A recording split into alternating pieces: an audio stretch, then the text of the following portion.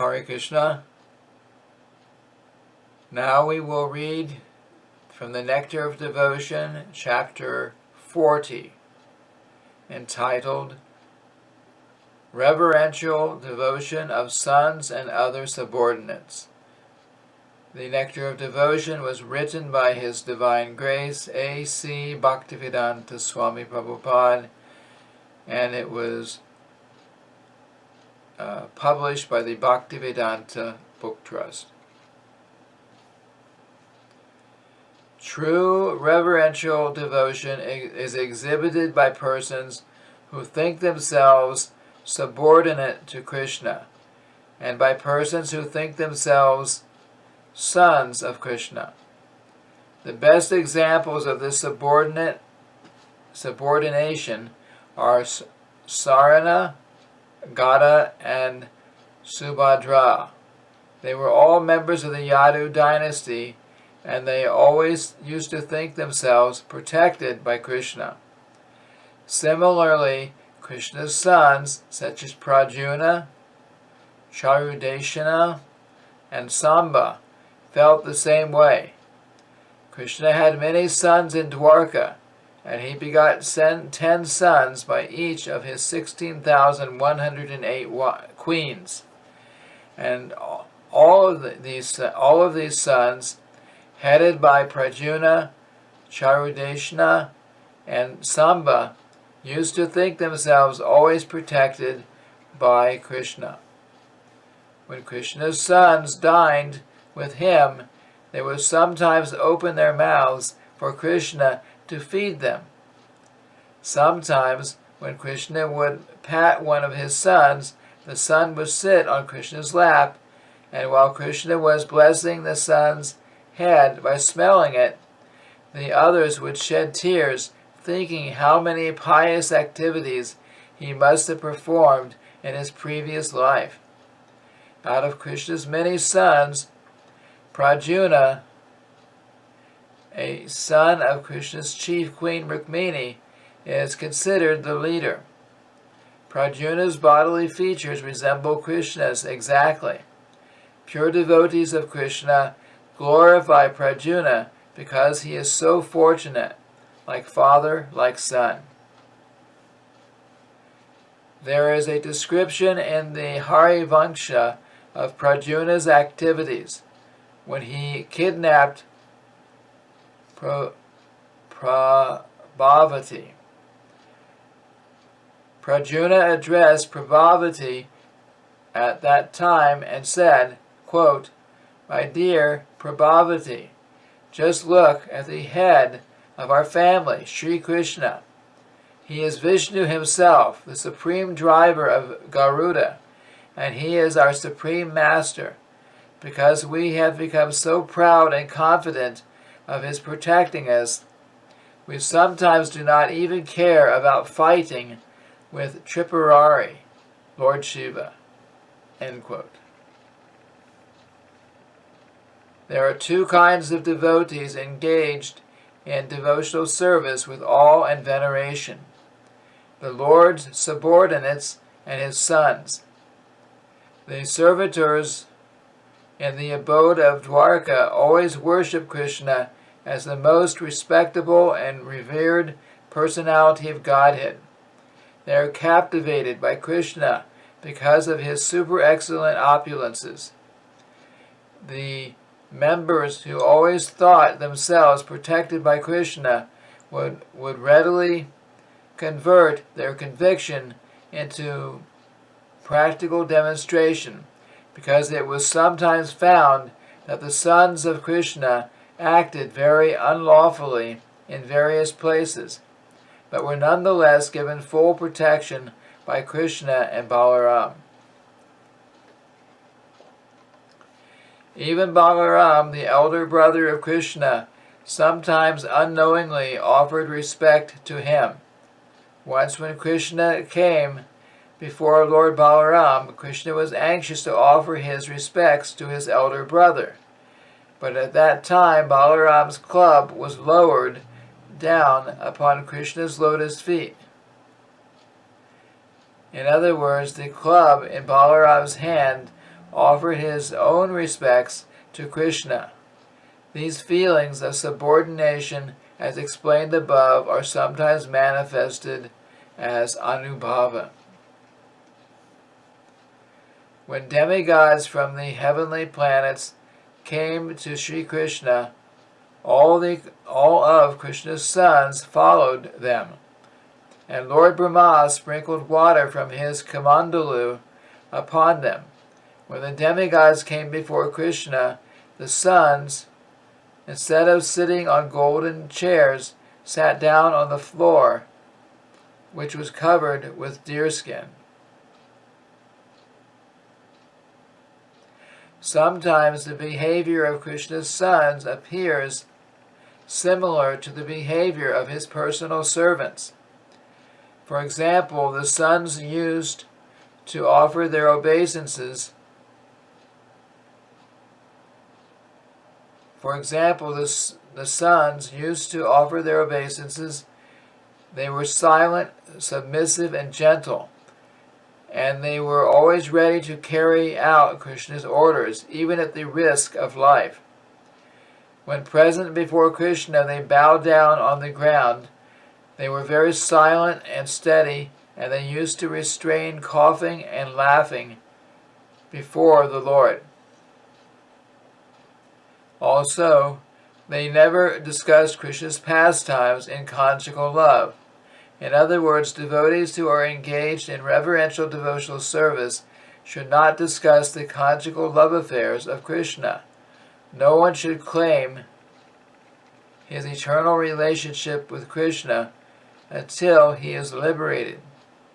In the conditioned state of life, the devotees have to execute the prescribed duties as recommended in the codes of devotional service. When one is mature in devotional service and is a realized soul, he can know his own eternal relationship with Krishna. One should not artificially try to establish some relationship. In the premature stage, it is sometimes found that a lusty, conditioned person will artificially try to establish some relationship with Krishna in conjugal love. The result of this is that one becomes pakrita sahaja, or one who takes everything very cheaply. Although such persons may be anxious to establish a relationship with Krishna in conjugal love, their conditioned life in this material world is still most abominable. A person who has actually established his relationship with Krishna can no longer act on the material plane, and his personal character cannot be criticized. When Cupid came on one occasion to visit Lord Krishna, some devotee addressed him thus, quote, "My dear Cupid, because you have been so fortunate as to have placed your eyesight on the lotus feet of Krishna, the drops of perspiration on your body have become frozen, and they resemble kantaki fruits, a kind of small fruit found in thorny bushes." End quote. These are signs of ecstasy and veneration for the Supreme Personality of Godhead. When the princes of the Yadu dynasty heard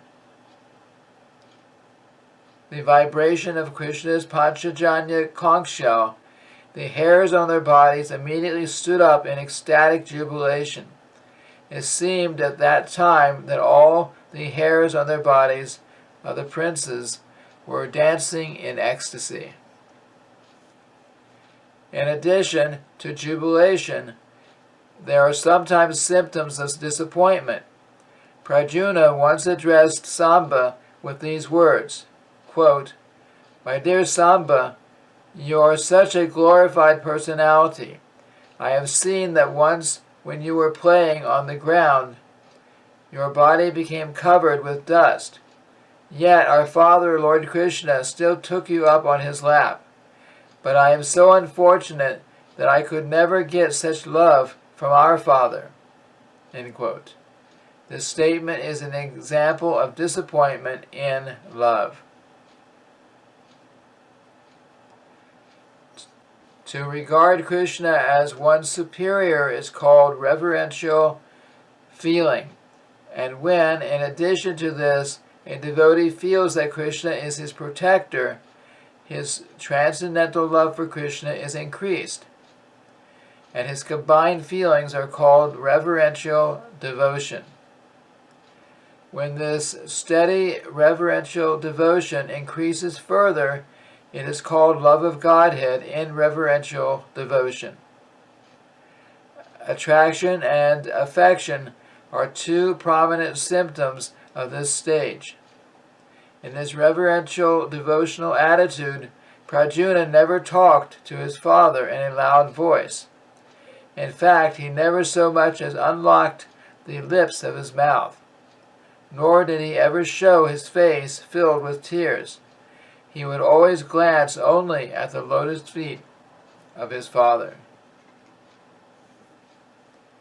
There is another example of steady and fixed love for Krishna in the instance of Arjuna's informing him of the death of Arjuna's son, Abhimanyu, who was also the nephew of Krishna. Abhimanyu was the son of Subhadra, Krishna's younger sister. He was killed at the Battle of Kurukshetra by the combined efforts of all the commanders in King Duryodhana's army, namely Karna, Ashvatthama, Jayadratha, Bhishma, Kripacharya, and Dronacharya. In order to assure Krishna that there was no change of love on Subhadra's part, Arjuna informed him, quote, "Although Abhimanyu was killed almost in your presence, Subhadra's love for you is not agitated at all, nor has it even slightly changed its original color." End quote. The affection that Krishna has for his devotees was expressed by him when he asked Pradyumna not to feel so bashful before him. He addressed Pradyumna thus, quote, "My dear boy, just give up your feeling of inferiority and do not hang your neck. Just talk with me in a clear voice and do not shed tears. You may look straight at me, and you may place your hands on my body without any hesitation. There is no need of exhibiting so much reverence before your father." End quote. Pradyumna's attachment for Krishna was always exhibited in his action. Whenever he was ordered by his father to execute something, he would immediately execute the order, taking the task as nectarian even though it may have been poison. Similarly, whenever he would find something to be disapproved of by his father, he would immediately reject it as poison, even though it may have been nectarian. Pradyumna's attachment to and anxiety for Krishna was expressed when he said to his wife, Rati, quote, "The enemy, Shambhara, is already killed. Now I am very anxious to see my father, who is my spiritual master and who always carries the conch shell known as Panchajanya." End quote. Pradyumna felt great separation from Krishna when he was absent from Dwarka at the battlefield of Kurukshetra. He said, quote, "Since my father has left Dwarka, I do not take much pleasure in practicing fighting, nor am I interested in any kind of sporting pastimes. And what need is there to speak of these things? I do not even wish to stay at Dwarka in the absence of my father." End quote. When Pradyumna came back home after killing